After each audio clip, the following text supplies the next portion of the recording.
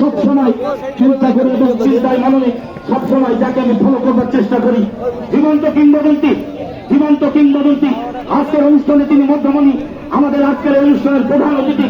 1971 সালের মুক্তিযোদ্ধা স্ত্রীকে রেখে ওই পাক হানাদার বাহিনীর বিরুদ্ধে সেদিন মুক্তিযুদ্ধ ঝাঁপিয়ে পড়েছিলেন। জাতির পিতা বঙ্গবন্ধু শেখ তিনি সেদিন সেখানে ঝাঁপিয়ে পড়েছিলেন।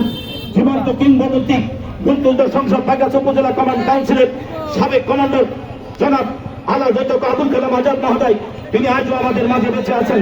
তিনি বেঁচে থেকে আজকে মুক্তিযুদ্ধের চেতনাকে শানিত করবার জন্য তিনি আমাদেরকে সবসময় পাশে রেখে এই যুব সমাজ, বিশেষ করে রান ইউনিয়নে 26,200 জন মানুষ আছে, তাদেরকে তিনি অনুপ্রেরণার উৎস হিসেবে কাজ করে থাকেন।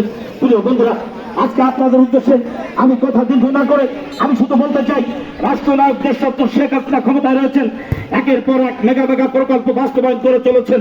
আমি শুধু আপনাদের বিবেকের কাছে বলতে চাই, আজকে পদ্মা সেতু হয়েছে, আজকে মেট্রো রেল পর্যন্ত যাচ্ছে। প্রিয় বন্ধুরা, আজকে বঙ্গবন্ধু স্যাটেলাইট ওয়ান আজকে মহাকাশে বিচরণ করে বেড়াচ্ছে।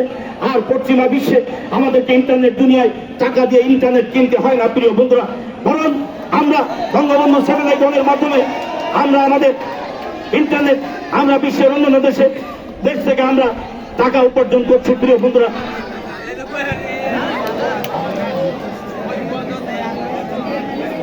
আমি আজকে আপনাদের সামনে বলতে চাই, পায়রা সেতু ওপেন হয়েছে, পায়রা সমুদ্র বন্দর ওপেন হয়েছে।